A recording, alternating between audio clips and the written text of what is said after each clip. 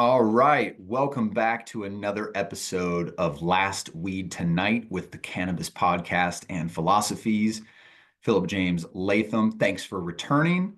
I think this is pretty cool. We're going to go over about 4 or 5 headlines all over the world and the country for about a half hour or so, and then we'll let you all go. But we'll pin everything in the comments for you in the description. So if you come in and can't watch the whole episode, go down there and check it out. What's going on, dude? What do you want to start with today? Oh man, it's always a wonderful day in the world of weed. Uh, or not as much, I guess. Today the stuff we've kind of been passing back and forth isn't necessarily like optimistic or optimism instilling stuff. But The hey, weed, we'll the weed we'll get gives into you it. optimism, That's right. and reality gives you realism. That's right. That's right. For whatever reason, we can't figure out how to get the legislature high enough to appreciate what they need to do to pass so that everybody can enjoy the benefits of this wonderful plant. A quick aside before we get into the article, I forget who it was. I was watching that they said they think it should be mandatory that all members of Congress do. Was it you that said all members of Congress should be mandated that they do hallucinogens like mushrooms? Uh, it may or may not have been me. I'm an advocate for that. I think It, that, I a think it was good, somebody like on a big podcast, like a big podcast. They just think that I think it might have been Rogan that somebody was saying. probably that sounds like something They Rogan were would just talk talking about. about weed recently. Anyway, let's He just jump had right he just into had it. he just had Woody Harrelson on, and it's actually funny. The That might have been. one of the projects that I'm working on that's hemp related. I was actually doing some research, and Woody Harrelson was actually involved in one of the ones that I've been meaning to watch. It's called Hempsters. It came out in I was just about to say, I've got it posted 2010. on the Cannabis Podcast as a reel. The full movie Hemsters is on there. Love that. All right, well, that's what I know where I'm going to go to watch it then. There you go. And for everybody watching, go watch Hemsters. You get a younger Woody Harrelson that just drops knowledge and bombs on you. Um, Also, the son of a former CIA agent. I think we talked about this last time. the assassin. Yeah. Yeah. Anyways, Anyways, that's a different but subject. for the good news, not so good news today in the medical marijuana world, Ohio is trying to pass a bill or did to scale back voter-approved marijuana legalization by reducing homegrown and adding new penalties.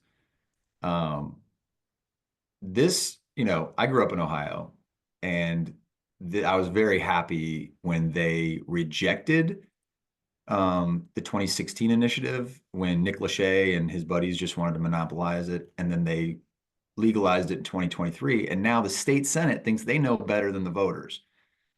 So I'm going to ask you, how is this democracy?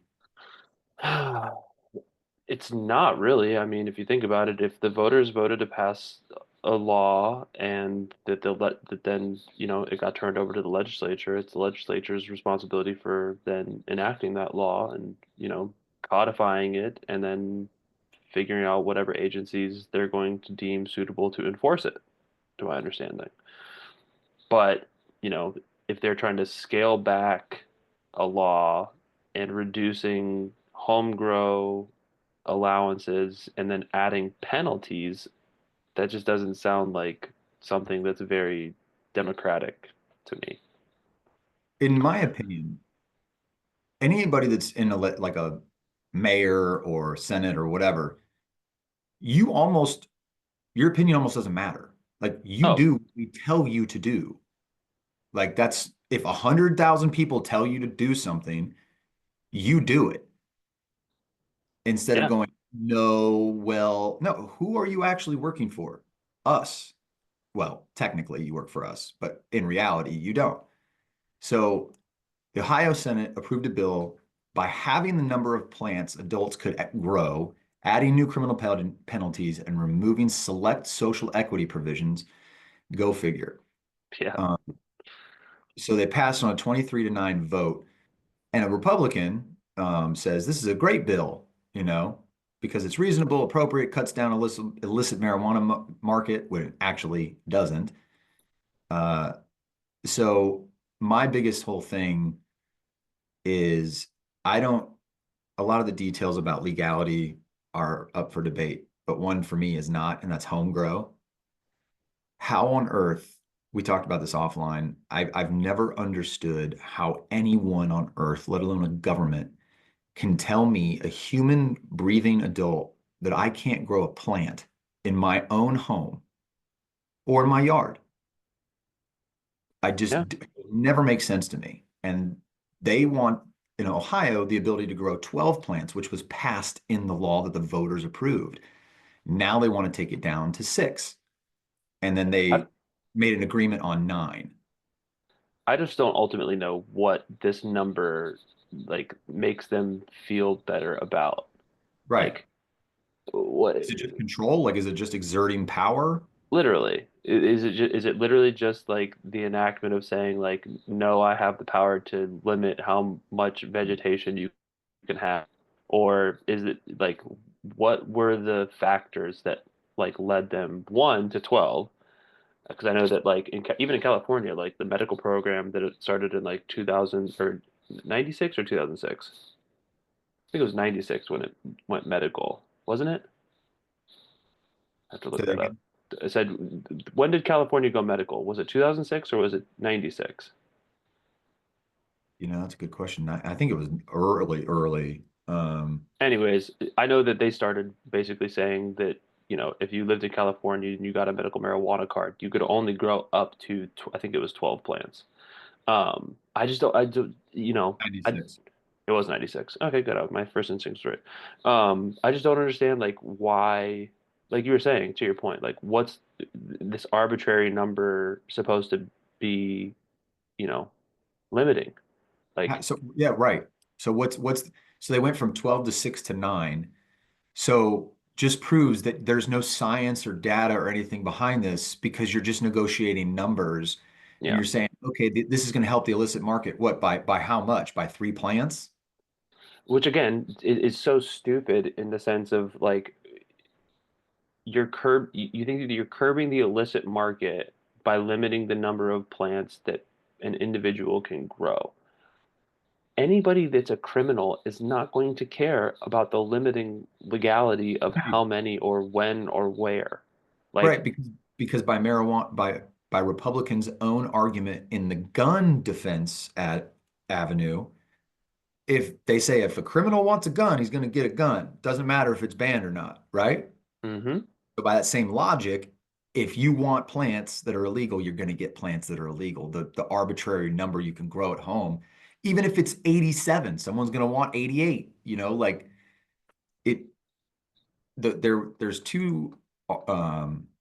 A little bit down, there's two paragraphs that are pretty interesting.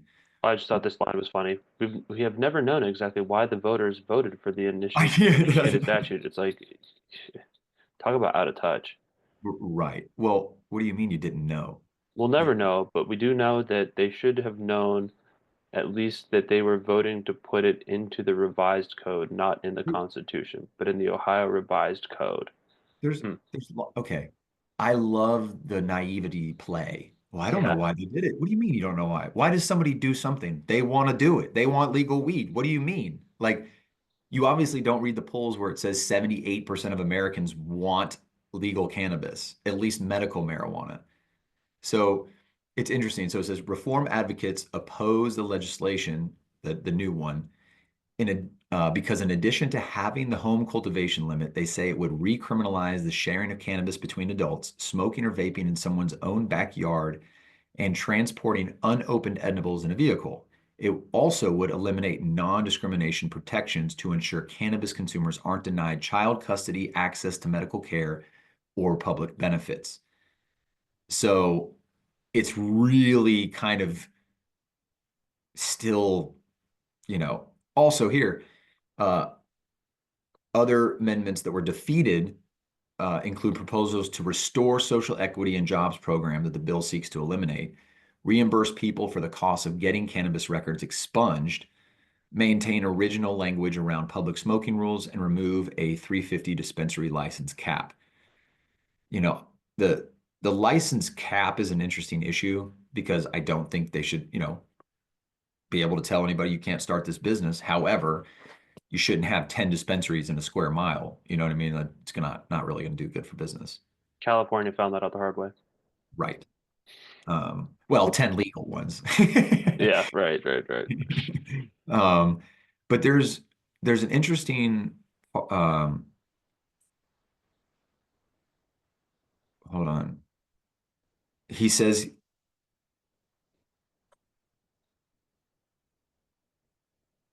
he basically says we should have seen, we should have seen this coming. Why we didn't. He basically says, why did we have to wait for the voters to do the initiative and do that? Why didn't we just do this? Mm-hmm. And just a quick aside that goes with this, we won't cover the article, but we'll pin it in the description. Well, maybe we will. We'll cover it about Jamie Dimon. Let's go into that real quick. We'll go from this Sure. Ohio thing to a new article we weren't really planning on, but Send me the link real fast. yeah. Um,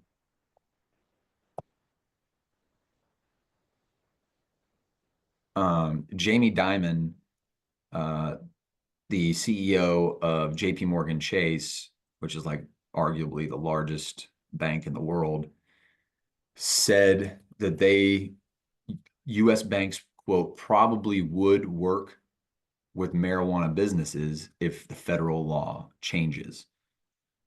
So this is an interesting article. We don't need to go really into the details, but that's a big article, because he's basically saying, just kind of like in the crypto world, the banks will enter the crypto world if the government gives us the green light.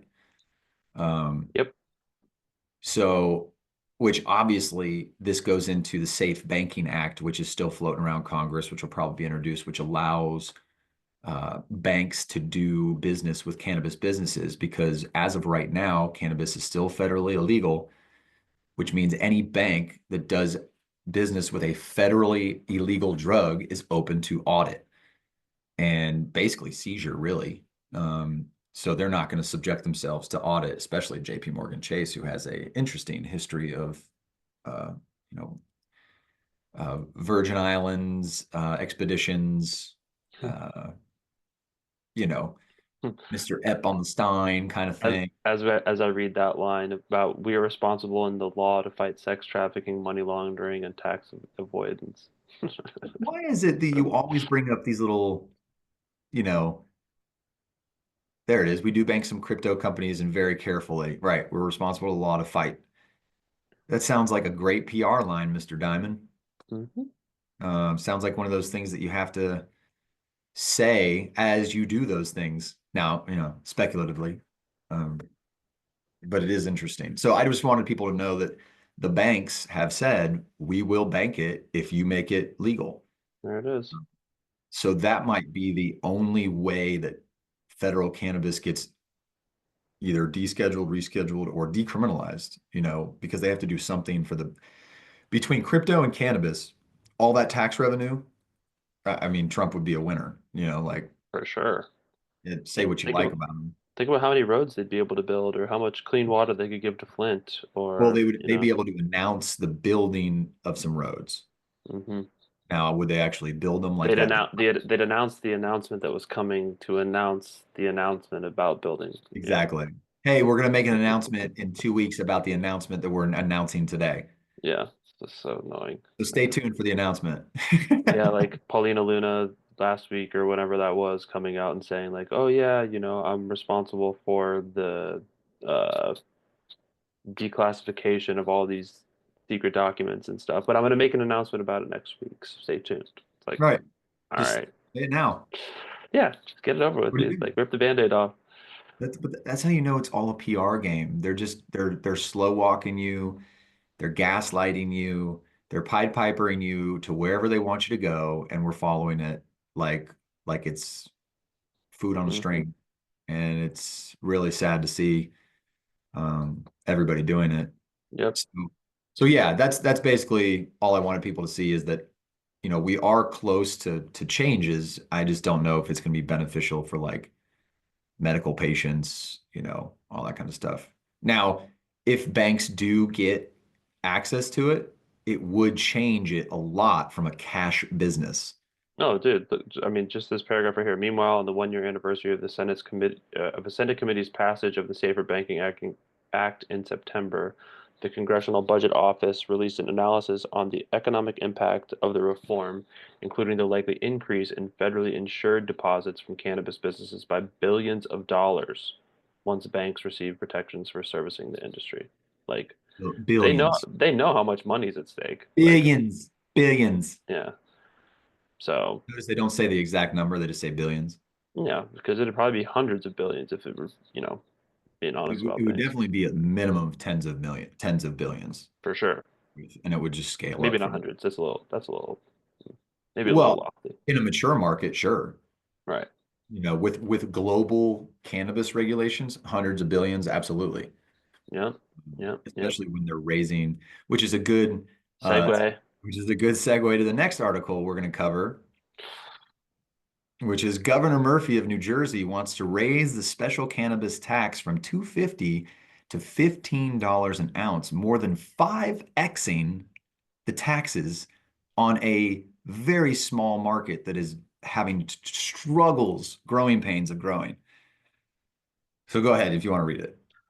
All right. So the article starts off Governor Murphy wants to raise the social equity excise fee on cannabis and have it applied to hemp products in an effort to bring in $70 million in new revenue, according to Daniela Hemminghouse for the New Jersey Monitor. Governor Phil Murphy wants to take or to hike a special tax on cannabis from $2.50 to $15 an ounce to fund social service and violence intervention programs with tens of millions of dollars in new revenue. Quote, in just 5 years, cannabis has gone from destroying lives in the form of excessive criminal sentences to helping save lives, Murphy said in his budget address Tuesday. Murphy's plan comes about 2 months after the state Cannabis Regulatory Commission hiked the tax from $1.24 to $2.50 an ounce in December. So they already doubled it once. They already doubled it once. Jeez. The tax, known as the Social Equity Excise Fee, is paid by cannabis cultivators, so they're taxing farmers for this. The money goes to a dedicated fund for social equity programs and investing in communities hurt by marijuana prohibition, and other portion is allocated to programs to divert youth from cannabis. Which, again, like, I'm not saying that like you got to get kids turned into stoners at age 10, but like to to dissuade information away from kids and making them think that like marijuana is like the gateway to hell, or if you smoke a joint you're going to be shooting heroin the next day. Like, it's just got to be just like some sort of like common sense adjustment in terms of how you're communicating to kids about this stuff. Like, I'm not There saying, wasn't it. huh? There wasn't it. No, yeah, no, not at all. All right, just Drugs are real excellent. That's what Dare stands for. drugs are really entertaining. There you go. Um, That's a better one. as of August 2024, the tax has brought in more than $6 million, which is all still sitting unspent, according to the Cannabis Agency. That money must be allocated by the legislature and governor under the state's cannabis legalization law, which again, to me, is just like, so you raked in all this tax money and then you didn't put it into use? Yes. That Yes, doesn't make because that's like the way that that governor declares a budget surplus. make sense. So that's what Governor Newsom did. I called him Governor. Um, The Gav, governor, the Gavinator. That there's clown. clown. That's what he did in California because Prop 64 gives the governor, office of the governor, sole control over all taxes on cannabis. That's what Prop 64 did. Wow. That's what you voted for, California. They don't care. They don't read shit. They just vote for the things that are cool. So I Tell me what to do. so when they now when he had a few years ago like a $50 billion surplus, like during COVID and stuff, that was why he named cannabis dispensaries essential businesses during COVID. So just a little FYI, people, there is a method to all of this madness and Always has been. always will be. And so and then as soon as then he got here, then he was touting that $50 billion surplus which was actually a combination of cannabis tax revenue and the federal bailout. Because if you look at it, they gave Mhm. California $50 billion for housing and all that bailout during COVID. And then he claimed a $50 billion surplus. As soon as he won his recall, that went away. And then what? Nothing changed. Wild. I had a lot of free time during COVID to stay up with these things. So so yeah, they're killing small markets, they're killing farmers, not just cannabis, every industry. They're killing small businesses everywhere. And it almost seems like it's on purpose.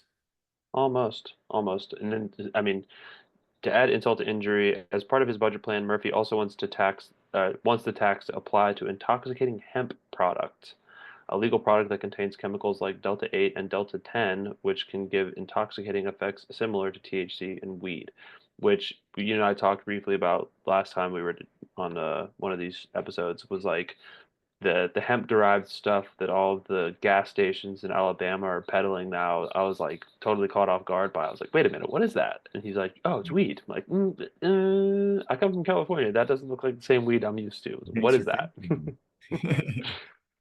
Remember that spice stuff back in the day? Yeah, the K2 and like Too had spicy. people going crazy and like that was like around the same time I found out about like salvia. Yes. Oh, Like ooh. what?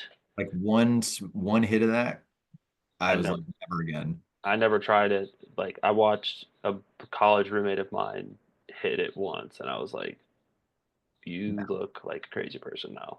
Like, So, Senate President Nicholas Scaturi, Democrat, a supporter of legal cannabis, said he's not supportive of raising the tax right now because he noted it's cheaper to buy weed illegally than it is to buy from a legal dispensary. Basically, nationwide, that applies. mm-hmm. Um, New Jersey has some of the highest cannabis prices in the nation, probably not one of the biggest markets either. He said he wants more people visiting dispensaries and increasing taxes isn't the way to do that. That sounds like a logical approach. Wow, a reasonable person. Right. So now I have, listen, you're always going to raise taxes. But my question is that, okay, why don't you raise taxes on beer shit, markets that are already flourishing and making billions and trillions of dollars across the world instead of one that's not even a real market yet. Hemp Interesting how that works, isn't it? they're not even real markets yet because there's no legality. It's a patchwork quilt of, not uniform regulations. So, I mean, I think that's also partially to do with the fact that you haven't been able to conduct any, research on it, because if you did the research on it, you'd end up you'd give away the game, and you'd inform people too starkly that a lot of what they had been told about this particular plant and its efficacy and things that its physiological and biological effects on your body and whatnot are right, actually not what you had been told long right. ago in your anti-drug classes that Reagan's wife wanted to just say no to. Yep. She should have said no to some things. Phew. But from what I hear, speculatively. So uh, that's interesting. We've said this before, probably on other podcasts or whatever, but you said you couldn't even do research because the only place in the country that is legally allowed to grow federal marijuana for research is Missis- at Ole Miss University. yeah, Mississippi. Whenever you hear that, everybody goes, "Really? Ole Yeah, Miss? they have to have a cap on the THC percentage the same That's way that hemp does it. I thought it was like 10 to 12, but it's low." it's super low compared to like the strains that you get grown in any of the, like, the Colorados, the Washingtons, and all the states that have had, more legal markets for any amount of time at this point. Like they're talking about strains that are like, 30 to 35%, the Which flower. which And is like, also bullshit because in right. California, I don't know if you know this, the Bureau of Cannabis Control allows a 10% margin of error on your I classifications. didn't know that. Yes. So if it's 32% and they test it and it's 24, it's not false advertisement because they're allowing you that 10% leeway. That's so whack. You, you can look it up. I'll pull it up on the BCC website one day so everybody could see it. Which we probably should go through that website and just show people That would probably be smart. and explain like what metric is and kind of all this stuff. But we'll do that on a later podcast. Track and chase. We could do that like a crypto crash course There too. you go. That'd be fun. So stay tuned for that. Yeah, we'll do that.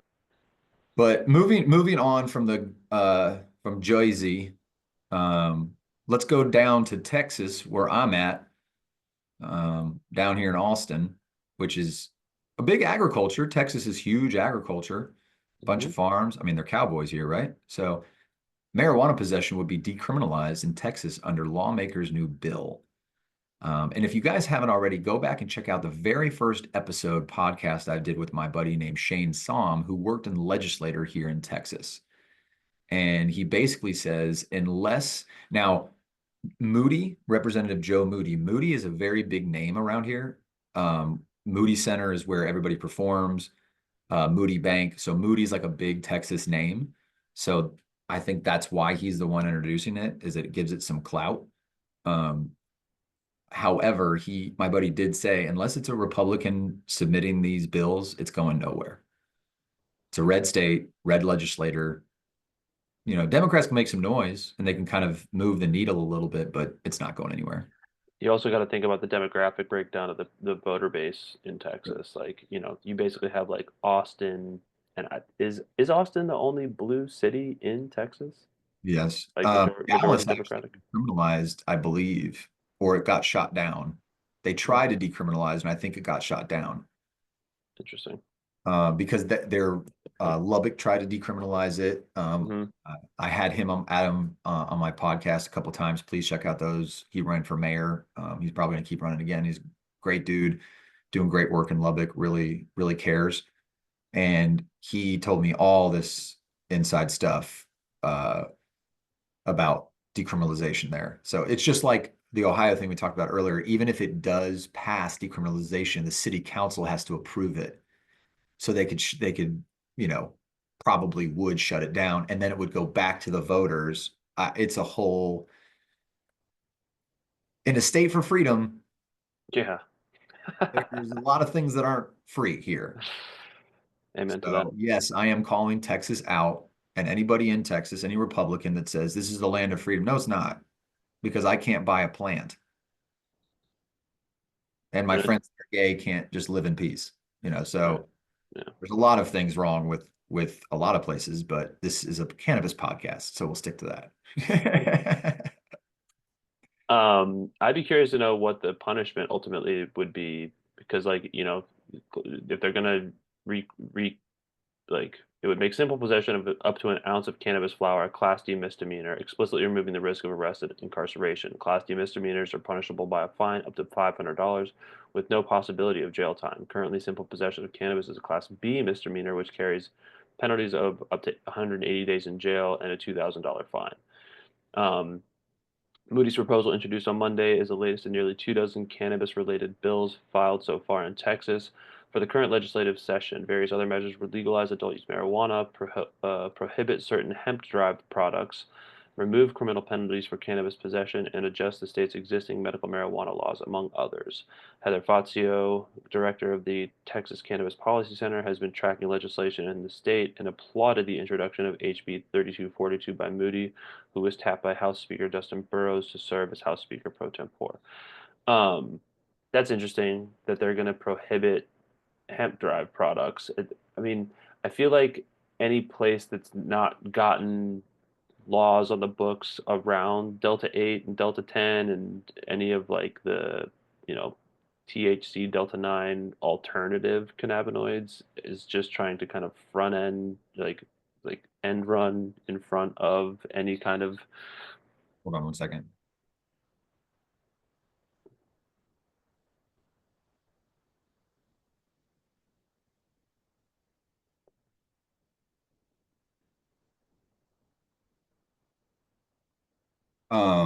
Yeah, so um you were Even saying, Oh no, I was just saying, like, a lot of places like this seem to like they're they're passing legislation to kind of just get ahead of any of the kind of usurping-esque stuff that like hemp derived products can kind of fill the void for anybody wanting psychoactive stuff that can't get Delta 9, THC. Well, in Cali, I don't know how it is now. I haven't lived there in a couple of years, but when I was at the dispensary, they weren't allowed to have hemp products in the dispensary Mm, along with cannabis products because they were, interesting. Yeah. um, I think they changed that now because I think the majority of that stuff at the time was being sold at gas stations, liquor stores, those kind of things. But I think since then they're allowed to now. I mean, Although I I didn't, don't. they were selling like hemp wraps and stuff, No, you even, can that's different. You can sell hemp wraps, like that's different. But I'm talking concentrates and yeah, like hemp salves. CBD, that kind of stuff. Anything that's Mm, hemp derived. Um, interesting. it was because I watched my manager pull something from the shelf, and I was like, "Why did you pull that?" And they're like, "We are not allowed to sell hemp." Hmm. And I was like, "But this is a cannabis dispensary," and he's just like, "Yeah, like Laws, dude, laws. he's like, I just do what I'm told, man." Yeah. Which no, they don't, but that's it. Authorities. So yeah, and like you said, THC, AAV, all this stuff in the future will be a legit market, but right now it's a grift. Yeah. So it's interesting though, because it's like you want to ban all hemp derived products. I mean, So weird. anything you can derive from hemp, you can derive from cannabis. So I don't know if they really scientifically know. And actually, it's better when you get it from cannabis as opposed. So in Texas now, when you buy hemp derived stuff, it's either real cannabis that's come from Oklahoma or like a private grow somewhere, or it's just synthetic. So it is because if you look at the numbers, the growing of hemp acreage in the country has gone down over the last couple of years. So how is the acreage going down, but yet the product supply is going up? Whoa.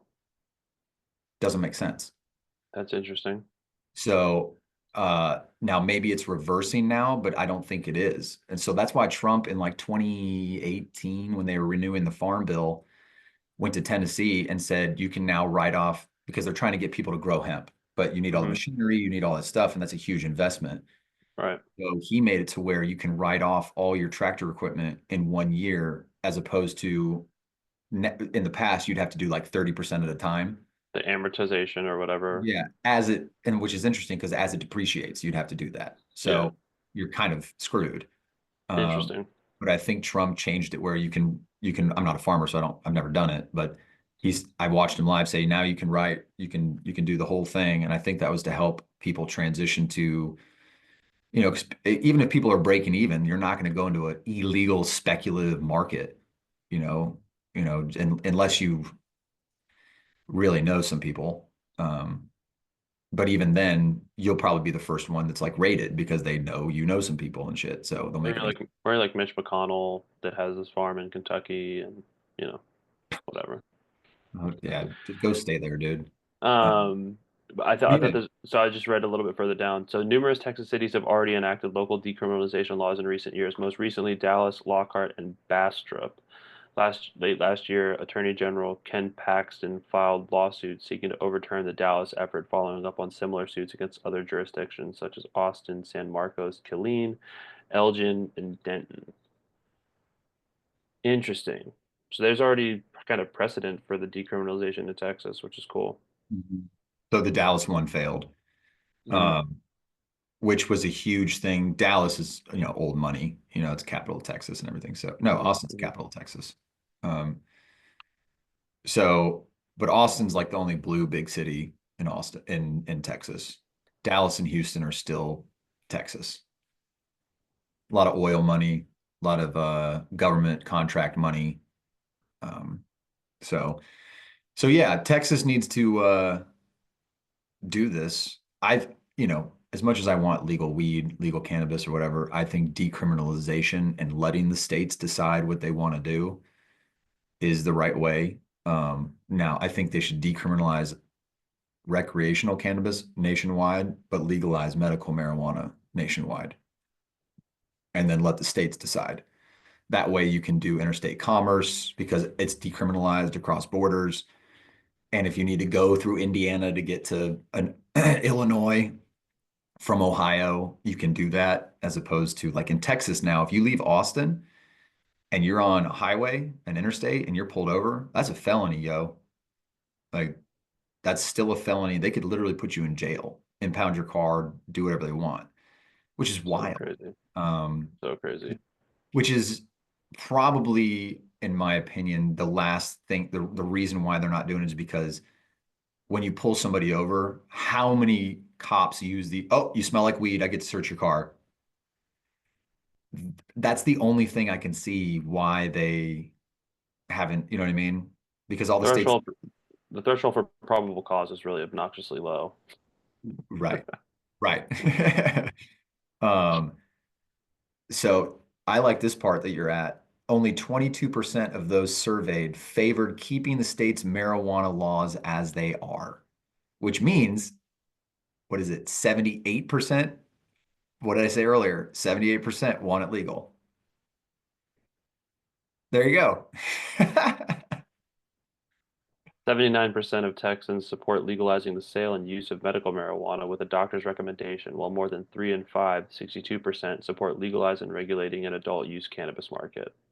There you go. And for anybody that's really kind of not around politics or follows politics numbers a lot, 78% support is a lot. Like usually you get like in the 50s, high 50s. And if it's in the 60s, it's like, oh my God, you have overwhelming support, 60 to 30, but you're almost at 80% support. That's 8 out of 10 people in a lineup think weed should be legal. In some form, So, well, at least, from a medical standpoint in this right, from a particular medical case. standpoint. But then you walk it back like, okay, if it's 50-50, okay, I have to defer to the people that are in charge, right? Because it's 50-50. Hmm. But 6-4, then 7-3, you're like, okay, now it's overwhelming. The people want it. So now you're literally Texas, you're literally a fugazi. Yeah. You're a fugazi of freedom Yeah. because you don't have a free plant in a state of agriculture. Make it make sense, Texas. Make it make sense. Oh, if it doesn't make dollars, it doesn't make sense. That's why. That's right. That's right. That's right. But, Um, Texas, so, as Texas is trying to figure out how to get their ish together, so is the rest of the world. Because, cannabis is something that can grow literally anywhere. So can hemp. And, if more markets around the globe, I think, come to a sensible realization that, it may not be the fix for every single solution of all of the world's problems, but it sure would make people a whole lot less stressed. Um, which is what people need right now. Yeah, so this article comes from the Mercury News, Global Cannabis Market in 2025, Countries on the Brink of Legalization. I just thought this was interesting because, it does cover kind of like each general region and touches on like each of the region's kind of Mm. status with things. Um, so the article starts off, the global cannabis market is poised for significant transformation in 2025 as more countries inch closer to legalizing cannabis for medical, recreational, or industrial purposes. Key on industrial, because I still think that that is one of the things that could save the planet is industrial hemp. Um, this growing wave of legalization is driven by shifting public attitudes, economic incentives, and evolving international policies. Here's a closer look at the countries on the brink of legalization and what their moves could mean for the global cannabis industry. So it starts out in Europe, and it talks about how Germany is often seen as a leader in European cannabis policy and is expected to roll out its recreational cannabis framework after passing key legislation in 2024. This development could inspire neighboring countries like France and Czech Republic to accelerate their own legalization efforts. France I traditionally, oh, go ahead.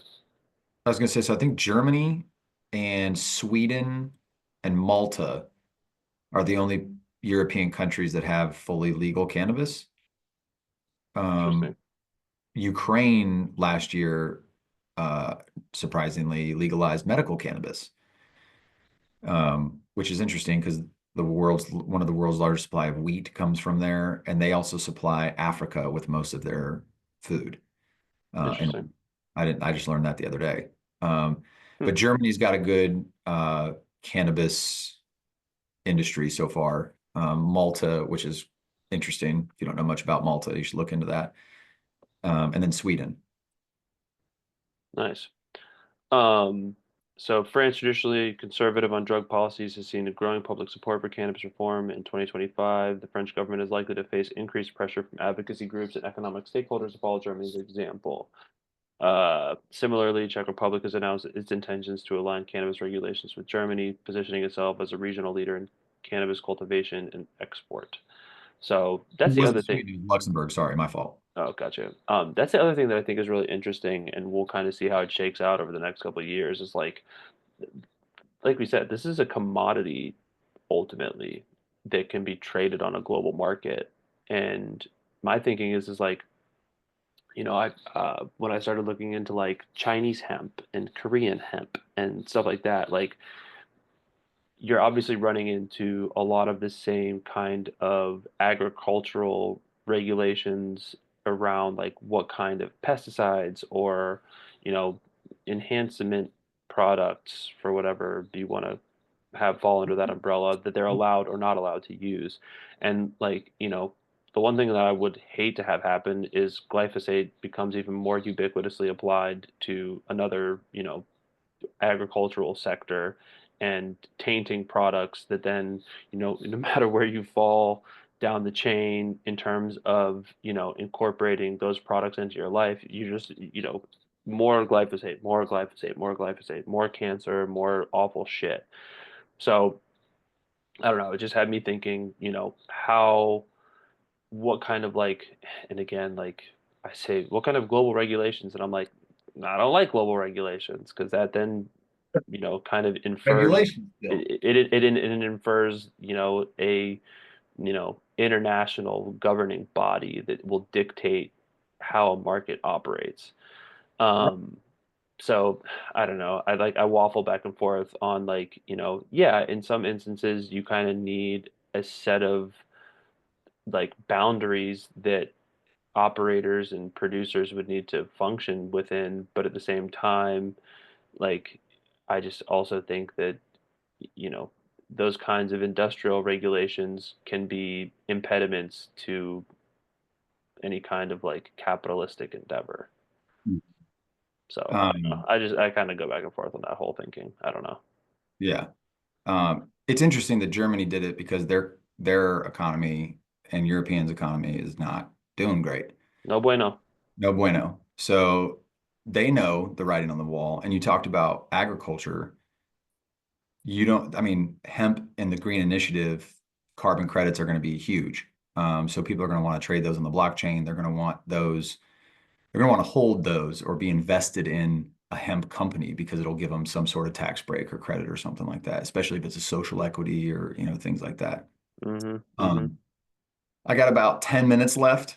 You're good. Um, You're good. so We could let's do skate. this last article that I really Sure, want sure, people sure. to read. This one, I find this is what, in my opinion, cannabis is kind of like all about. And medical marijuana helps mothers be more present parents and develop positive relationships with their children, study finds. If you want to scroll down, we'll read it to the peeps. New government-funded research out of New Zealand finds that mothers who were able to access medical marijuana reported that cannabis improved their quality of parenting by allowing them to be more effectively manage health conditions and tolerate the stress of caring for children. Everybody can relate to that last sentence that has a child. At the Yeah. same time, study participants reported persistent obstacles such as the high cost of legal products and ongoing stigma. Right. If you see a lady holding a baby drinking a glass of wine or a beer, that's normal to you. But if you see a lady holding a joint and a baby, you go, "Oh my God, how you can't smoke around the baby," I or think smoking has its own the parent, connotations. Yeah, I was just gonna say, like, secondhand smoke's a different topic. yeah. Anyways, continue. Um, they interviewed 15 mothers who used medical cannabis obtained either through prescriptions, the illicit market, or both during the past year. They are asked about use in general in their conversations with children, societal stigma, and risks. And they reported that medical cannabis as an important facilitator of their ability to positively parent their children, enabling them to manage their own health needs, anxiety, endometriosis, and arthritis. So it has more than one purpose, not just the stress relief. Hey, I'm feeling good, but I'm also present. And anybody that uses cannabis knows that it slows you down, it makes you more present and aware of emotions that are kind of around you. And I mean, I'll smoke and watch my cat do stuff. Like I don't have children, but I feel like it would be like fun to get high and just watch the kids learn stuff, like and just watch them do things. As a new parent myself, I can say that like I definitely have not been consuming as much as I did prior to Mhm. being a parent, but there's all sorts of extenuating Right. circumstances that have led to that situation. But um, I have long felt that like, you know, moms that smoke or that consume cannabis in whatever, medium that they feel comfortable or that they prefer, yeah, like it's obviously a reflective or like a reflection of their own regulation of their, you know, habits and interactions and stuff. And I mean, I can tell you that like while my wife hasn't had necessarily like postpartum depression really bad, she's had a lot of anxiety. And I've thrown out there a couple times, I'm like, you want to like use a little bit of cannabis or, but she was a consumer for a long time, hasn't been as much so as of the last several years. So like getting her to kind of dip the toes back into those waters was a little bit more of a challenge than it may have been once upon a time. But Maybe some you know, CBD. Right, and that's really the other thing that one of her really good friends was actually sharing with her. She's like, I love these CBD beverages. It's like 10 or 20 milligrams of CBD, and she has that instead of a glass of wine at the end of the night. And like she's like, yeah, fall asleep perfect and have a good night's sleep and whatever, whatnot. A little harder with a newborn and stuff because you're up quite frequently during the night, but You should have her look into CBN. copy. Yep. CBN is the heaviest endocannabinoid in the plant, Hmm. as far as we know. I think there's other ones that are probably going to come out that are heavier, but CBN is like NyQuil, right? It's like I call it CB night night, uh, Nice. because it's like taking ZQuil. Like you'll take one of them and you'll just be because usually they combine them with like 5 milligrams of CBD and then 5 milligrams of CBN or THC and CBN. Yeah. But if you get like a 2-to-1 ratio or a 5-to-1 ratio, something like that. Because when I took them, she'll feel something because when I took a month off smoking, I wanted to know what smoking CBD, like Harley Quinns or, whatever they were. Hmm. I got this like not two, like 7, 8%, THC. And I smoked it. And I was like, I feel something, so I can totally Oh see yeah. someone's never smoked. They'd be like, whoa, and maybe that's why people don't like because there is a difference in strength between indoor grown, outdoor grown. Outdoor grown, you're not going to get more than 18% THC max. Um, but they usually land between 12 and 15. But Hmm. it's a cleaner smoke, because it's outdoor grown. Sure. It's different. But if you grow in a greenhouse, you can get anywhere between like you said, 24 and 32%, which is crazy. It's Um, wild. It's potent shit. yeah. Um, but So yeah, like go ahead. Keep going. no, the mothers were recruited from a survey of about 38 people, a part of a larger project around women's relationship with medical marijuana. Uh, so, quote, participants felt that being able to manage their physical pain and mental distress with medical cannabis meant they were in a better mood and more present. True. Nearly half the mothers who participated said they primarily smoked marijuana, while smaller proportions reported using edibles, oils, vapes, tea, and topicals. Um, Smoking is Interesting. just the easiest, most accessible. Like Right. Those are exactly. you, So, you got the plant, grind it up, put it in a thing, light it on fire, inhale, done. right. Or just pop a gummy, swallow, you're good, Yeah. or Yep. vape. So, and this was done by, I think, Massey University. So this is a university study. It's not, it said a few said improve their overall functioning and ability to meaningfully engage in their lives. So all in all, obviously we'll pin this article, but this is more people are going to find this out, you know. And this, I mean, it could really go for anything except parenting, really. Like, okay, I feel less stressed and less anxious when I'm doing my art or film or photography when I'm stoned. You know what I mean? Like I'm more Hmm. present in the moment of what I'm doing, because I'm paying attention. So that's a long article, but so we'll just I was gonna say, damn, it's crazy. which is good because it goes into probably, oh, here's one. Uh, the findings from New Zealand contribute to a growing body of research, and we'll end on this, around marijuana and parenting. Last year, federally funded study by authors from the University of Tennessee, Ohio State University, and San Jose State found that while most parents said they didn't consume marijuana while their children were present, those who used cannabis generally reported positive parenting behaviors in the same time frame that they consumed the drug. So, also last year, a separate study found that access to medical marijuana may increase the amount of parenting that people engage in by improving patients' health. So, all roads lead to El Dorado Yep. of legal cannabis. So, this is an article I really like. I like things like this Hmm. because cannabis is the plant where it's like, just like anything, if you haven't done it, you don't really know how to explain it. And then when you've done it, you know, like, okay, yeah, it really does kind of make me more present, more calm, you know. Oh, why Yeah. read that? No, so I saw one of the last lines. The big caveat in those findings, researchers noted, is that the benefits apply only if parents do not misuse cannabis, noting bigger increases in parenting time, quote, for those less likely to abuse marijuana.